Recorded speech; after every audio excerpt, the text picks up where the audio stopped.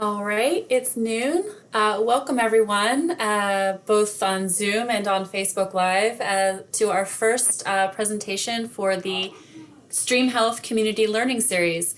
On the screen right now, you'll see a quick screenshot of our participation website. It's called publicinput.com/streamhealth. We invite everyone to check that website out. It has a lot of information about the Stream Health Initiative and ways you can get involved. And this learning series was actually created based on the responses we received during the questionnaire, which allowed everyone to state their interests in different topics associated with stream health. So that's how we came to arrive at this first presentation. So Scott, if you could advance us to the next slide. Great, thank you. So before we get into the event itself, I'd like to share some quick tips about Zoom for anyone who hasn't had the chance to experience this platform. For those of you viewing this by computer, tablet, or smartphone, you will see a Q&A icon in the webinar toolbar located at the bottom of your screen. During the presentation, you may enter questions into that module and we'll either answer them in real time or reserve them for the Q&A period after the presentation. If you have a question and have called in by phone, please reserve your questions until the end, and then you can raise your virtual hand by pushing *9. When it's time for questions, we'll unmute you and you'll be able to ask your question. And if you're joining us on Facebook Live, feel free to put your questions into the chat box, or excuse me, the comments, and we will do our best to get those over into this conversation. All right, and now I'll introduce Kim Vyacioli, our team lead for this project. Hi there, welcome everybody. I'm Kim Vyacioli. I'm the Natural Resources Manager for Albemarle County. And thank you all for joining us today for the first webinar in our Stream Health Initiative Community Learning Series. As Serena mentioned, this is based on your interests in the community, and we'll be holding these webinars every Friday through April 9th. So we hope you'll come back and join us again for some of the other stream health related topics that we have lined up.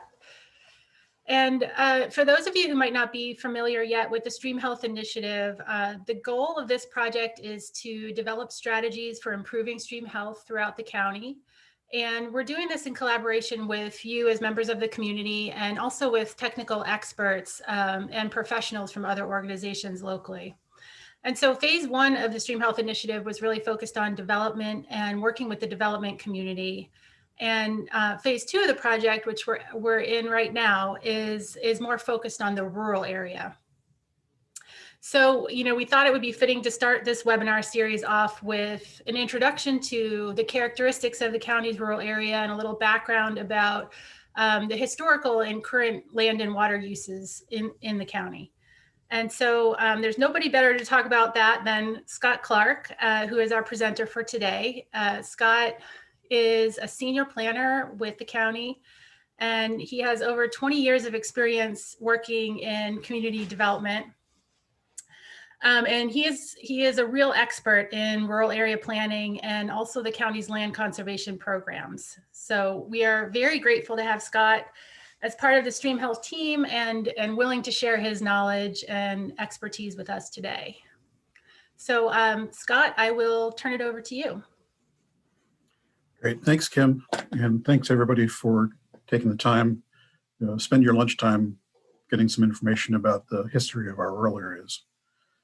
So I will go over just some basic facts about the rural areas and then get into the history some more.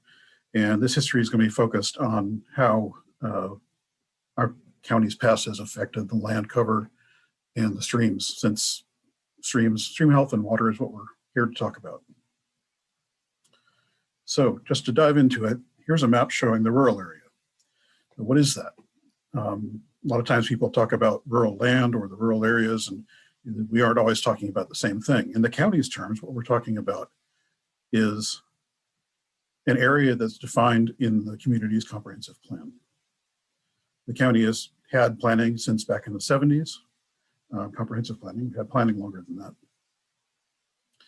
And for quite some time now, we've had designations in the county for rural areas and development areas. The development areas are shown on the map here in gray because that's not what we're really talking about today. Those are the areas that are designated for development urbanization. The remainder of the county that's outlined in the red there with the colorful map is the rural area. And that's an area that is designated for agriculture and forestry and conservation. So we have a very specific area that we're talking about, and we have a lot of specific goals for it. So these are the goals and objectives for the rural areas in the county's most recent comprehensive plan. And I won't read them all off to you, but you can see there's some key ideas about what the community has decided the rural areas are designated for. Strong agricultural and forestal economy, protecting natural resources, protecting a wide variety of historic, archaeological, and cultural resources, rural and historic landscapes. We've got crossroads communities that have been in the rural areas for a very long time and that are a key part of it. Providing distinct boundaries between the rural areas and the development areas so we don't have a sort of sprawling in-between area. And finally, keeping everybody informed about the rural areas and what goes on there so they can make good decisions about it. Hopefully today will be a part of that. So a little bit about the rural areas. It's a large and very varied landscape. I always like to remind people just the sheer size and variety of the place we live in. It's 38.5 miles from north to south, from Howardsville down on the James River to some of the highest elevations of the Shenandoah National Park in the Northwest. 690 square miles, there's 441,000 acres, so it's a big place. There's about 20,000 structures with addresses, which are mostly dwellings, scattered throughout the rural areas from some fairly dense areas that used to be development area villages sometime in the past to very low density areas farther out toward the edges of the county. So it's not one kind of place, it's a very varied landscape. You can see we've got major river systems like the Rivanna and the Hardware. We've got major hill and mountain systems, like the Southwest Mountains, the Hurds Mountain area, and of course the Blue Ridge at the western boundary. Excuse me. Since we're talking about stream health, one of the important questions is how do our river systems relate? Where do they all go? Almost the entire county, the rivers and streams flow toward the James River. That's all these blue watersheds you see here. Each one of these is a river basin that flows to a single point. So for example, here's the South Fork Rivanna River, North Fork Rivanna River. They run together and become the main stem Rivanna. All of these blue areas drain to the James River and onto the Chesapeake Bay.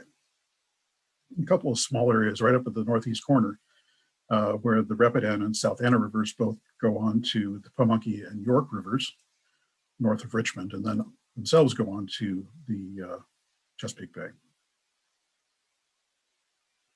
And I've marked on here, we've got our major water supply reservoirs. Sugar Hollow, South Fork Rivanna is the largest, Beaver Creek next to Crozet, Tootier Creek down by Scottsville.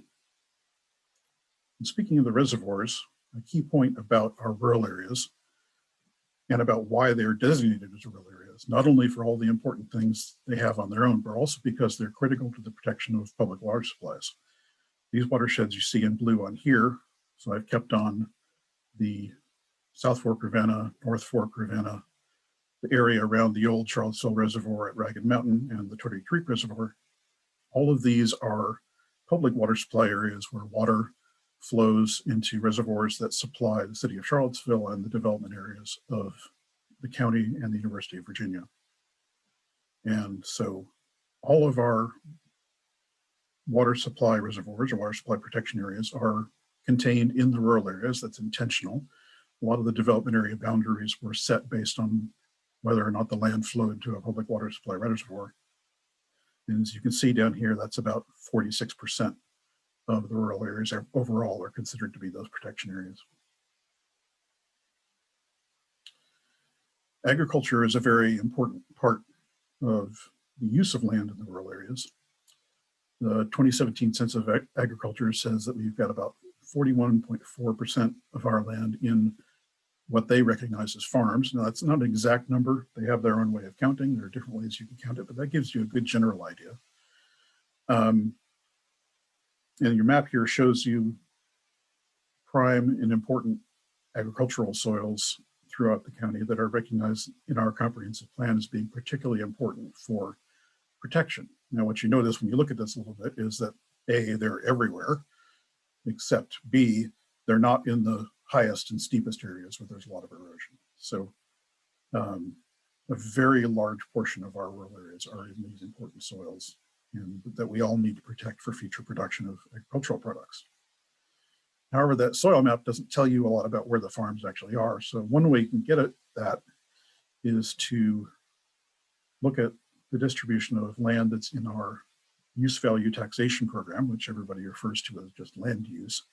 These are lands that are taxed at a lower rate according to their agricultural or forestal production rather than being taxed at the residential rate. And the reason to do that is these lands have been certified to be in some sort of productive use and are taxed at that lower rate out of fairness to keep the taxes from essentially driving these productive uses out of the community or making it too expensive to maintain them. This is a common approach that's used across Virginia to appropriately tax agricultural and forestal and conservation land. So you can see here in green is land that is in the agriculture tax category. Yellow is forestry. Horticulture is pink, although those are kind of hard to find. I will say that there's probably more than what's shown here because what's not shown here are lands that are in conservation easement that are taxed differently, but could well be still doing agriculture or forestry. So big picture that I want you to get here is that agriculture and forestry are very widespread across the rural areas and is a very important activity that goes on in our community. Forest cover, just a little bit of information I want to thank the Department of Forestry for showing you some of our acreages of different types of cover,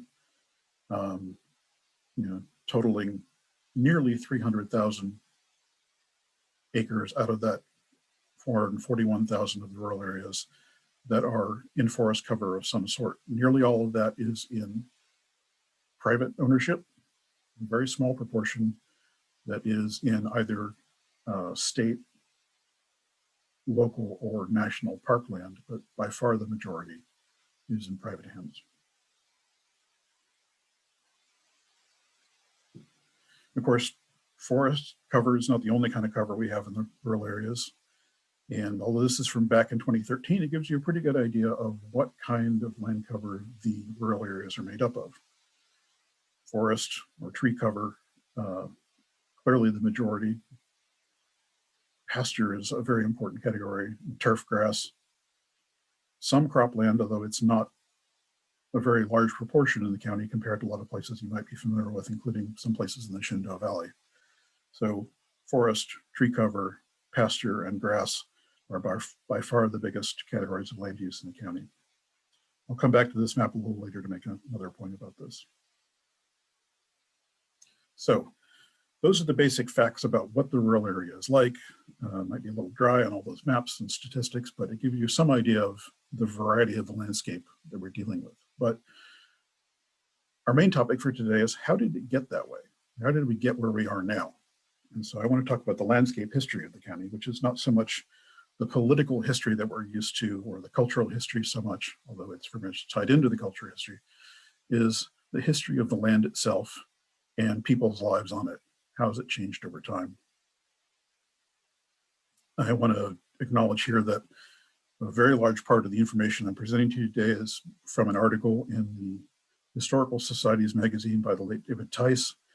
He pulled together an amazing array of historical sources to talk about the history of forests and forestry in the county. Now, of course, I'm not going to solely talk about forests, but the things he talked about really covered more than forestry. He also covered agricultural and industrial uses on the land, all of that. So it's all tied together. And that was a very important source that I appreciate having access to and having some help from the Historical Society in finding that. So I want to go back to the early years before the county was a county and talk about the land here before settlements. We have a baseline to talk about. What was it like, you might say, to begin with? Before settlement of the county by Europeans, this area was occupied by the Monacan nation. They had several towns, Montesupapana and others in the area, and they also used a wide variety of forest resources on the landscape. This is the John Smith map showing the Chesapeake Bay area with north to the right for some reason, but I just wanted to point out here we are with the Blue Ridge and the Monacans way out on the edge of the barely known space where people hadn't gone very much. Even while colonization was going on, it was so centered around the Chesapeake Bay that the Monacan land and what is now Albemarle County were the far, far frontier. In those days, the landscape was largely forested. The Monacans practiced some slash and burn agriculture in patches here and there that would be burned, used for a while until they weren't producing well anymore, and then would regrow. There are also inevitably natural disturbances like fire and flood. So it's best not to think of a pre-colonization forest as a monoculture of old ancient trees. A forest is more like a mosaic. There are big patches of old forest. There are small patches of burned forest from lightning or from agricultural use. There are flooded areas or insect outbreak areas that have been knocked back to a younger age and will eventually come back forward again. So it's always changing, even if overall the forest itself is very old. Parts are old, parts are new, and parts are in between, and it's always kind of bubbling along. So that was what it was like, mainly up until the point that settlers reached this place. We know from very early travel accounts that it was mostly mature open forest, about 75% hardwoods, 25% pine in the forested portions. Interestingly, that's close to the same today. So the first really big change that affects stream health in the county from our history was the colonization period and the tobacco era. Tobacco was a cash crop that was largely exported. It was grown in large areas and had very significant impacts that had not been seen before in the areas of the Eastern Forest. You notice this old quote from John Hartwell Cook, "Tobacco, the bane of Virginia husbandry." They were clearing very, very large areas to allow the production of large amounts of tobacco for export. And it wasn't just the fields, it was the fields and a 3 times larger area around those fields to let the light in and give access to these fields. So it was a very sudden, rapid conversion. What had been forest land for thousands of years was now very quickly burned out, cut out, stumps pulled, and converted to fields of tobacco. This made a massive change in the landscape that you can still see today, which is that there was huge erosion. The forest cover was gone. The tobacco used the soil pretty quickly and didn't provide the kind of protection to the streams that had always been there. And so very quickly you see erosion settling in. You'll see here from the Tice article that soil that had taken thousands of years to form vanished into Albemarle streams and rivers practically overnight, leaving behind deep gullies and less productive sites that are still visible today. So even our earliest colonial history has left a mark on the form of our landscape and what our streams look like and what they carry and how they function. After this, settlement continued, populations increased, landowners, servants, slaves were all working on the landscape, trying to convert this to economically viable uses. One of the big changes that affected our streams was the number of mills across the county.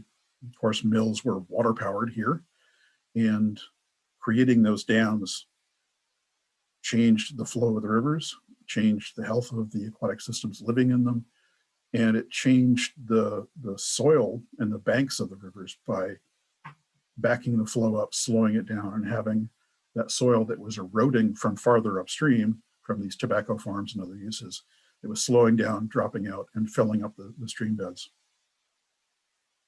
Also, of course, when you dam a river, in most cases, fish communities and others that need to get up and down the stream can't anymore, and so their reproduction is massively changed. We also had on the James and Rivanna rivers, we had canals and locks that changed the flow regimes of those rivers a lot. And although that didn't last a horribly long time, that was a significant impact, and you can still see the remnants of that today.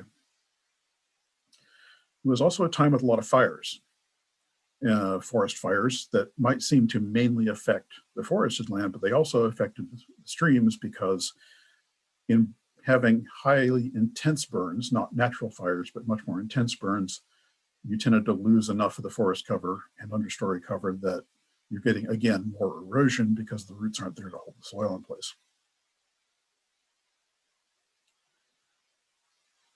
So into the 19th and early 20th centuries, most of the wood use that was changing, was consuming wood. And the reason I'm talking about consuming wood is that changing over from forest cover to open land is what mainly impacted our rivers and streams. It was soil and erosion and silt coming into the water systems that made the biggest changes. So before the Civil War, cleared areas continued to increase, but a lot of that land was used for local demands, firewood, construction materials, some early industrialization. And in the middle of the century, though, for a decade or two, there was a receding of ag and open land and an expansion of forest after the Civil War. The massive death toll of that war so cut back the population in our part of the world that there was less activity in the land, there were fewer people to carry it out, and the forest actually expanded for a while. However, again, that didn't last more than a couple of decades, because by the late 19th century, we're getting into the age of steam. Suddenly much easier to process materials. It's getting much faster to carry them to other places. A lot of materials, timber and otherwise, from our forests were being carried to Richmond and then sent on all over the world from the river ports down there. So of course, this means that forest clearing increased again. Moving into the early 20th century, this continued for the first few decades. The fires continued, the erosion continued, and we're also into the age of photography. My pet topics, but also very useful in actually giving a face to what we're talking about here. You can see this picture from a 1940s booklet called Thomas Jefferson, Soil Conservationist. The soil conservation movement, which had come and gone over the years, even since the tobacco era, really, there were always people concerned about the amount of erosion and the loss of farmland, that it had gone on and off with farmers and landowners, members of the community trying to push these ideas of soil conservation. It really came together in the 20s and 30s. And we get the beginnings of the Soil Conservation Service and educational information like this booklet about Thomas Jefferson and soil. So here's a local picture. This is from out in Shadwell in Albemarle County. And you can see that, as it says in the caption, there's no topsoil left here. We're down to subsoil and rock. And all this is being carried off into the Rivanna and other rivers. So that's an idea of what things looked like in the early 20th century. I wanted to show a few other pictures, partly because they're good illustrations of soil, but partly because they were finally able to show some people of Albemarle County who were on the land and living their lives, carrying out their activities. But now that we're into the age of photography, we can actually see them. So these few pictures are part of a set from the Natural Resources Conservation Service. These are from the 1930s, from out around Ivy in the western part of the county. And you can see here people working on the land and dealing with massive erosion from clearing. These gullies would just cut their way back across the landscape as they carried stormwater away and You can see the trees have collapsed and this gully's gotten huge. That's the kind of mark that David Tice was talking about in his article, that the marks in the landscape that you can still see today. There's a gentleman measuring one of the gullies on his farm, or perhaps he's from the Soil Conservation Service, but someone's farm. That's not a healthy thing to see on your farm when you get a gully like that. It's way, way over his head. And another one here, another soil inspection, I assume, from the 1930s. And again, it's down to subsoil and clay and eroded gullies and very little vegetation. And of course, everybody was concerned. There was a lot of movement in the community to try to take care of this and avoid these situations and restore what they were losing. But at the same time, it's all impacting the streams. I should also mention, one of the things we found was that back in the 19-teens, the county actually had its own forest fire warden program. There were probably 15 or 20 men who were paid to patrol the county and check for forest fires and avoid the destructive fires that led to this problem. I'm not sure how long that program went on, but a little bit of local history. One thing that also happened about this time, what affected far more than Albemarle, but was definitely felt in Albemarle, the chestnut blight, which was an introduced fungus from abroad that came in through the port of New York City. And you can see here in the green on the map, the original range of the American chestnut. It was one of the most dominant forest tree species in the United States, eastern United States. It, besides providing lumber, had always provided a source of food to wildlife and to people. And in this span of time, from the 1909 to 1920s, they were gone. There are a few chestnut trees you can find here and there now that sprout, and they get to a certain height and they stop. And they never get back to what they were, which you can see in this old picture from, this is from North Carolina, where they probably got even bigger than you here, but that's a good idea. Look at the scale compared to those men. These were huge trees, they were highly productive, they were highly valuable, and in a few decades they were gone, and the entire composition of our forests changed. This was not the only such extinction. We've had a few others. They're still ongoing. A lot of them, of course, people are trying to bring the chestnuts back. Of course, we won't get back the species that depended on them directly, but that was just a major change that to me seems as striking as any event in history, that the entire character of the forest across our portion of the country can change so suddenly. And then we're on into modern Albemarle. There's been some forest cover increasing again. There's been a reduction in open land agriculture in the county. And it's part of this pattern we've seen throughout the history of since colonization of forests contracting and expanding and contracting again. It will undoubtedly continue one way or another. However, what we have now are forests that are much more even-aged, much younger. They're all about the same in age, and there's a lot less variety. And of course, the recent pattern in the late 20th century and on into the 21st is increasingly converting the land to permanent residential uses.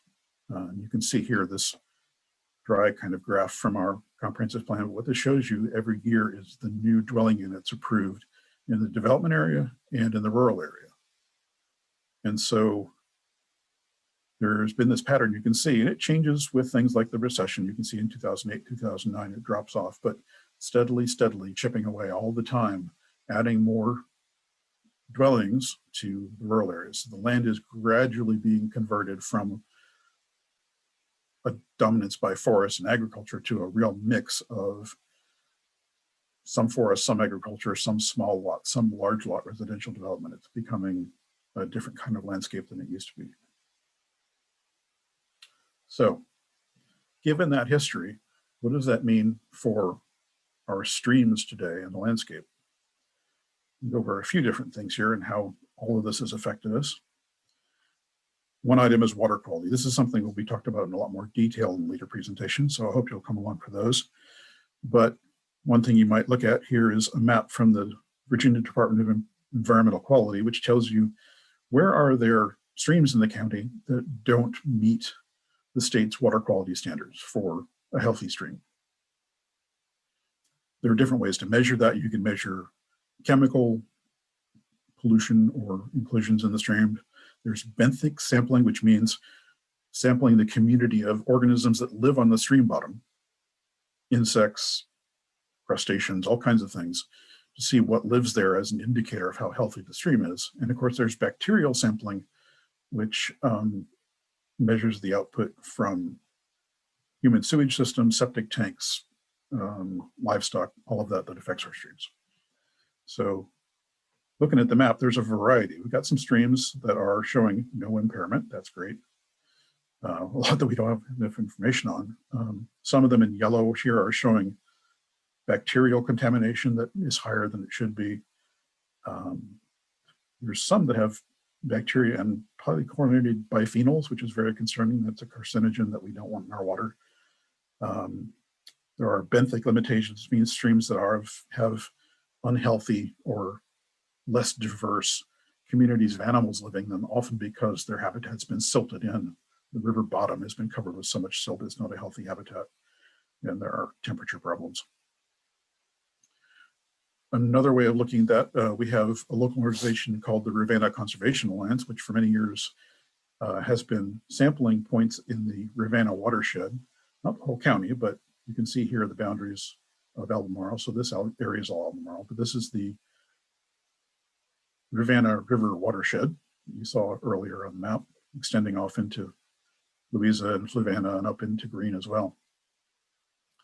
And they've got a scoring system. Again, this is based on the benthic sampling, looking at the organisms that live in the streams. And you can see that the majority of them are in the fair, maybe good range. Improvement is needed. There are some very good streams, and these tend to be up in the higher headwaters in the northwestern part of the county where there's a lot of forest cover, more difficult terrain maybe to clear and open up. So that's good to see that we have some very good healthy streams up in that part of the county. Another reason I wanted to include this little chart here is a reminder that all of this that we're hearing about changes with time, gets better, gets worse. It's a very complex mosaic. These up and down arrows on these streams shows you that sampling over years has shown one stream to be getting better, another to be getting worse. There's a lot to look into to find out why those things are happening.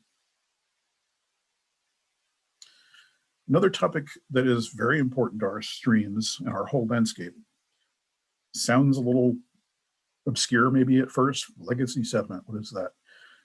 This is something that once you see it on the landscape and start to experience it, you'll see that it is everywhere, especially on, along our important rivers and streams, not just in Albemarle, but throughout the East. This is something that forms our landscape today. So here's this guy in the stream. He's measuring the depth of soil on that riverbank. And it's all sediment that has come down from above. And I just wanted to give a local example. This is the North Fork Rivanna River. And this is an aerial view looking down at sort of an angle. So give a bit of an explanation here. Here's the riverbank on the North Fork Rivanna. Down here's the water line. Up here's the top of the bank. It's a good 12 to 15 feet above the top of the water flow on that day. Over here, you've got I've labeled as a deeply incised stream. There's a little side stream that comes in. Look how far that's cut down. You can even see the stream here until it comes out, because it's so far down into this. A lot of us are very used to this. This is what our rivers and streams look like today, but this is not how they started. All of this here that you see in the upper part of this deep soil and around the edges of this deeply incised stream is that legacy sediment we were talking about. That is sediment that has come down these streams from land use changes, land clearing, fires and other disturbances, everything that has knocked loose soil. It has come down, and in the floods over many, many years, many decades, it has piled up on the land where there are floodplains.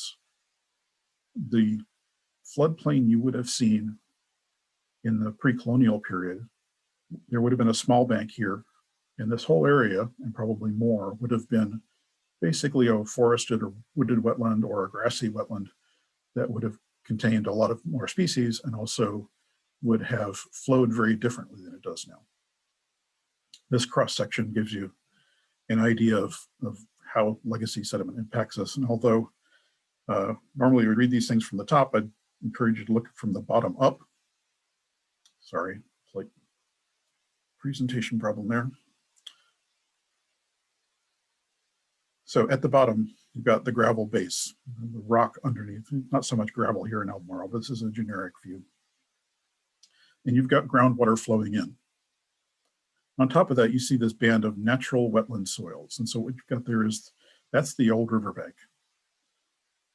And those have been very wet soils. And you've got the little slight bank just barely above that. And then you've got ups and downs and terraces above that where the water would flow during floods. It would be caught there during floods. The wetlands would fill up. Different plants, different animals would live there.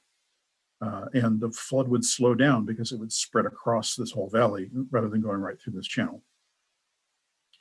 The difference that legacy sediment makes really affects all of those things. You see this area of legacy sediment. Again, this is the silt that's been brought down since the colonial era. And what you've got, instead of this wide flow for floods, bring this down so you can see it. First of all, you've got this narrow channel with very high banks. It doesn't allow the floods to to spread out and slow down. It forces them to keep going, just keep moving along. And so it pushes flood impacts much farther downstream than they used to go. There's a lot of energy that's carried in these floods, but instead of being dispersed across a wide floodplain, it just carries on. Because it's carrying on past these banks of legacy sediment, it's part of the time it's dropping sediment, part of the time it's cutting that sediment away. So you've always got a lot of sediment flowing with those floods. There's a lot less opportunity for it to slow down and drop out in the wetlands gradually over time. And so your river bottom gets clogged with it and it carries on downstream to other places. I've mentioned the lost flood storage in these buried floodplains.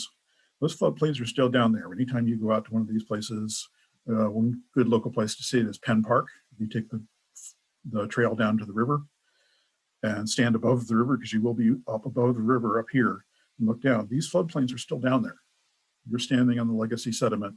You're much higher than you might have been a long time ago.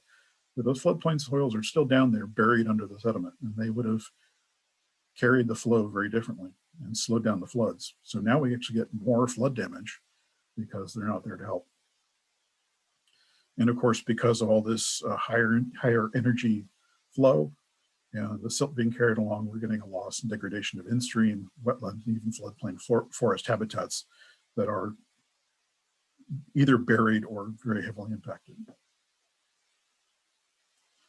This is an example of what happens behind a dam. This is from a study that was done in Pennsylvania, so somewhat similar to here, where you see this was the original rock base, and behind the dam, you've just got, in this case, meters, I was going to say feet and feet of silt that is filled in behind the dam, and that goes up along the riverbanks in the pool above the dam, and then sediment that has dropped out in it. Second big thing that has happened to our landscape as a result of the changes we've covered here is landscape fragmentation. Now, there are lots of different ways you can measure and characterize a landscape, and there's lots of ways you can fragment a landscape. There are two main ways I want to talk about today. The first is ownership fragmentation.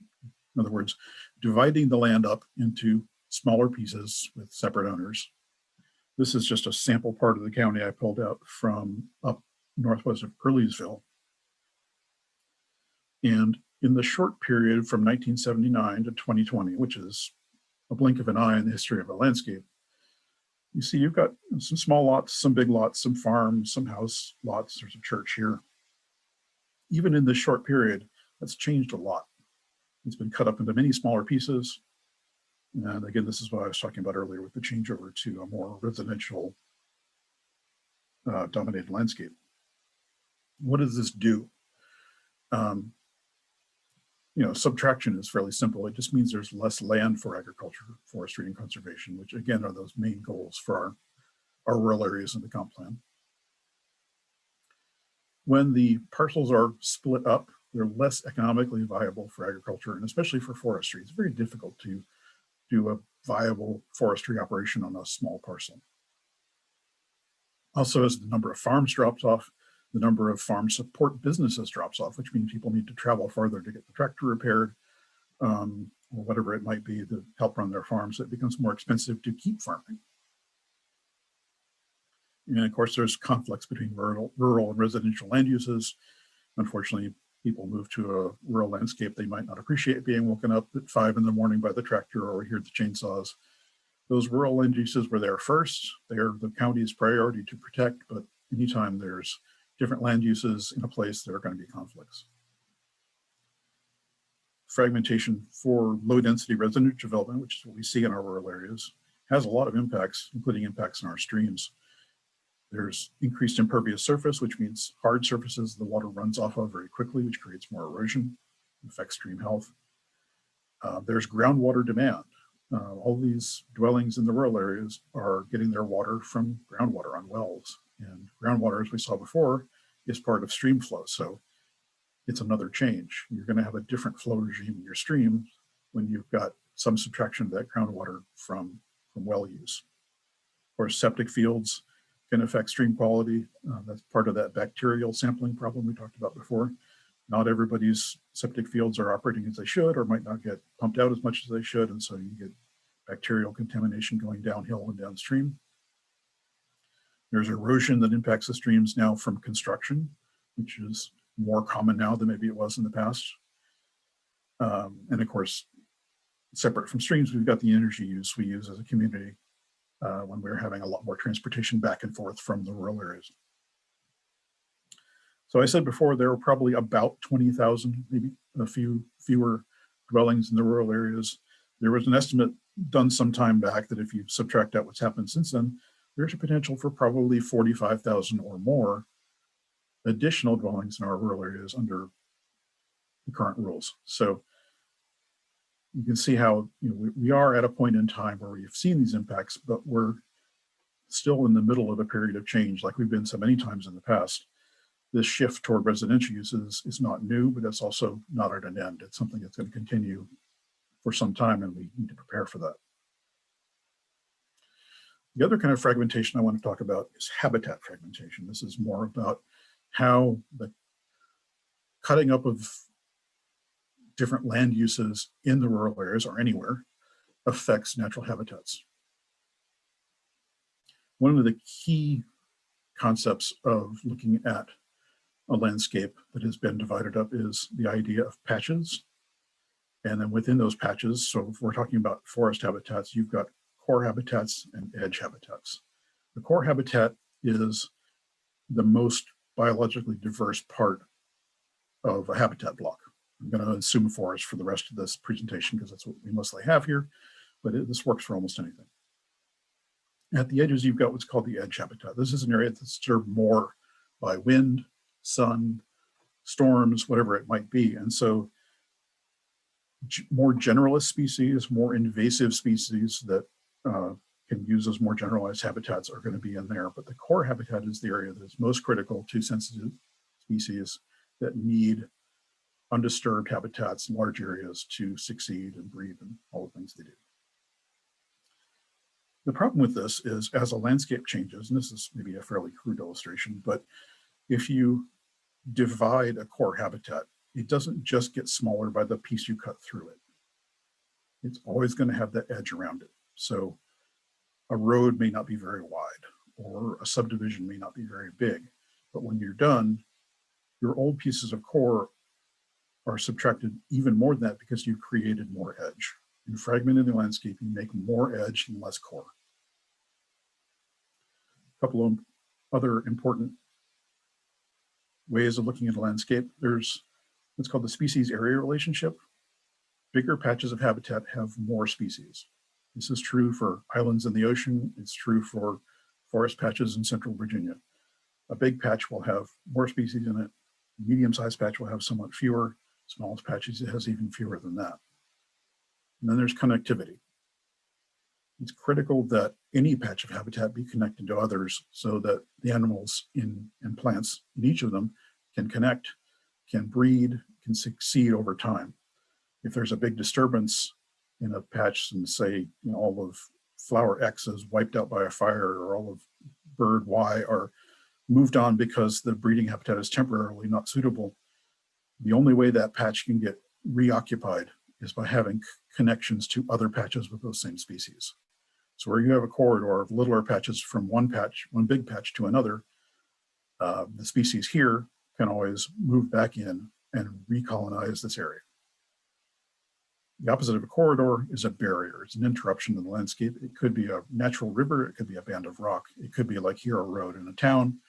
It's harder for species to get from the middle block here to the one on the right. So it's going to have fewer species because it has less connectivity.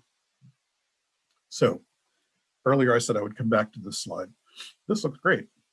We've got a lot of important stuff here, including we've got almost 300,000 acres of forest. And you put it all on the map in the same color green. It all looks like the same thing. It looks very widespread and very well connected. But take a look for a minute. There's roads, there's open areas, there's buildings, there's driveways. All of those things affect those pieces of forest. And it's not one big forest. It's a series of patches of forest and patches of open land divided by all these other features. So this map is kind of misleading in a way. Maybe a better way to look at it is like this.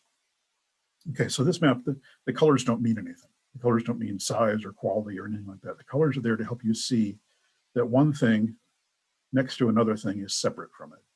This patch is not part of this patch. This patch is not part of this one over here. They're all different units, and they all have different degrees of separation between them that make it harder for species to move back and forth between them, which is a reduction in habitat quality. You could probably do a very similar analysis for commercial forestry, because again, as you make the patches smaller and farther apart, it makes it harder for that to continue. This is just that same area in Earlysville again, and you can see you've got both kinds of fragmentation, big gaps between the pieces of forest that are actually viable for any sort of conservation, and you've got the ownership divisions as well. I'm going to speed up a bit here because I'm running out of time.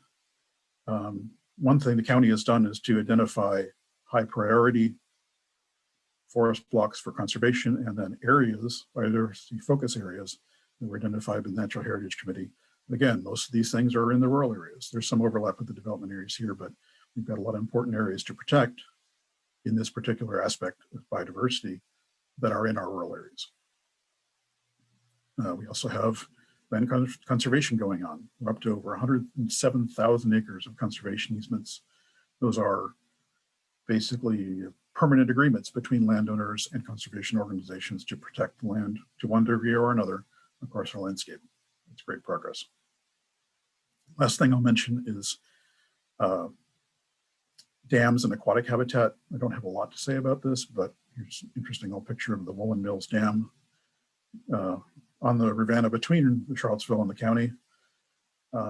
There are still a lot of dams. This is by no means all of them. These are the ones that are large enough to be regulated by the state or the federal government. There are many more. Some are active, some are historic remnants that are still sitting there. Our aquatic habitats are still very divided. It's changing slowly. In a little piece of good news, a lot of you will remember the removal, it was 2007, of the historic dam on the Rivanna at the Woolen Mills. And the result here is a species that used to be critical not only to the river systems, but to people who lived here and ate them. The American shad is making its way back into our river systems again due to changes like this. So that's what I have to cover today about our history of the rural areas and how we got where we are. And I think now we're ready to move on to questions.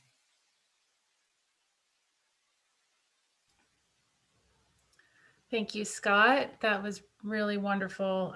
Great presentation. If you all have comments or questions, please put them in the Q&A. We've had a few questions come in, and I will go ahead and read them to, I have one here for you, Scott. How does the county balance Objective 1, agricultural and forestry economic development, with Objective 2, protecting natural resources? That's a very good question.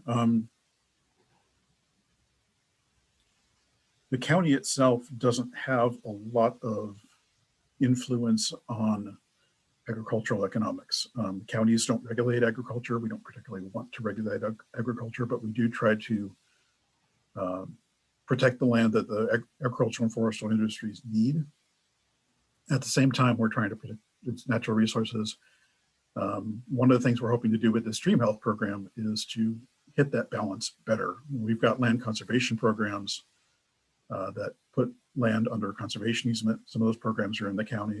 Many of them are in other organizations. So I think we're trying to make farming and forestry activities and associated sales and things like that more viable through the zoning ordinance to remove restrictions on those uses, but at the same time, maintain our water protection ordinance and our land conservation programs to have positive impacts on conservation. There's always more that can be done.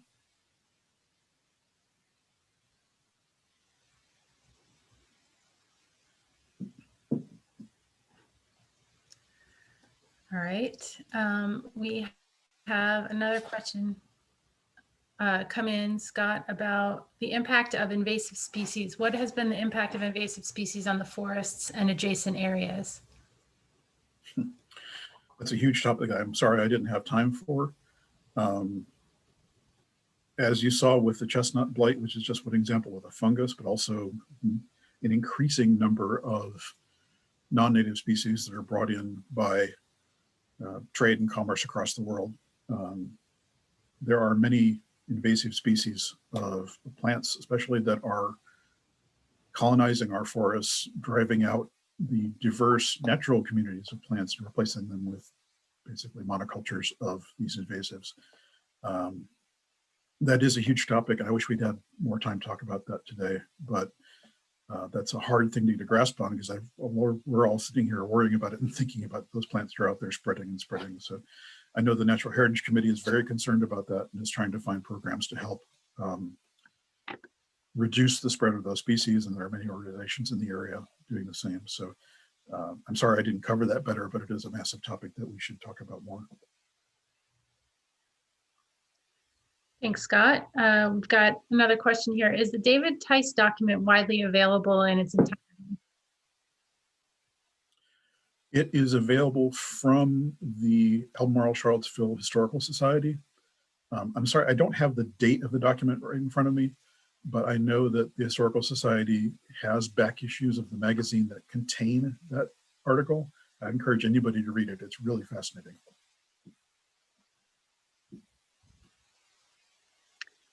Okay, thanks, Scott. This is a great question, and I'm not sure we have the expertise on our panel to answer it, but the question is, do we know if Monicans were actually paid anything for their land, or if there were treaties? I don't know the history of that in enough depth. There are certainly people at UVA who know. The Monicans themselves are still here in the area, much reduced, of course. But their community is still here, and I hope we'll be able to get them involved to some degree, and maybe even in this stream program, and find out more about their community now and the history of it. I can't answer that exact question though. Okay, thanks, Scott. So here's one, let's see. How can a landowner with a stream get consultation on how to improve care of the stream? Does the county provide consultation, or are there consultants available who do this for money? I think probably the best answer there is to please contact the Thomas Jefferson Soil and Water Conservation District. They are the real experts on protecting our local streams in farmland and forest land. They have staff with a lot of technical expertise in how that gets done. I believe they also have connections to private contractors to do that kind of work. And that's what they do. The county doesn't do a lot of that at least yet, but the Soil and Water Conservation District, excuse me, they are real experts in those kind of programs and can definitely help you. Okay. Does the county directly incentivize or de-incentivize specific livestock management practices? No. We don't get down to the level of managing farmland uses. We don't regulate agriculture. Again, I don't think we have any organizational drive to start doing more agricultural regulation, but also, of course, there's the state right to farm laws that mean agriculture is kind of a protected high priority use across the state. The county does have a stream buffer ordinance and the water protection ordinance, but that doesn't apply to agriculture and forestry. So no, the county is not directly involved in that kind of detailed level of farm management. No, there's a lot of technical advice available, again, from the Soil and Water District and also from the Agriculture Extension Office, but not from the county so much. Thanks, Scott. This is more of a comment, but feel free to respond if you know anything about it. It says, it would be interesting to know whether cane breaks or patches of giant cane were common in pre-colonial Albemarle. I would really like to know that too. I've read descriptions of them from other states or from Eastern Virginia. I have not yet found a source that mentions cane breaks being on the landscape here, but I would really like to know. All right, we have a few other questions that I'll just mention we answered already in the Q&A. One was about the maps that are in Scott's presentation, and some of those maps are posted on our website. If you go to albemarle.org/streamhealth, you can see the maps of the watersheds and the water supply protection areas. And I'll also mention that this presentation will be posted. So if you want to review any of the maps that were there, you can go back and see it later.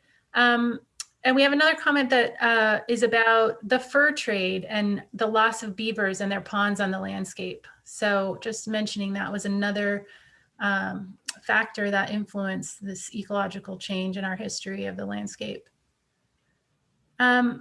And we had another question about the difference between horticulture and agriculture and land use assessment. And you can see if you go to albemarle.org/government/finance to land use, you can see how those categories for land use assessment are defined. If there's any other questions, we have a few minutes left. Not seeing any coming up in the Q&A.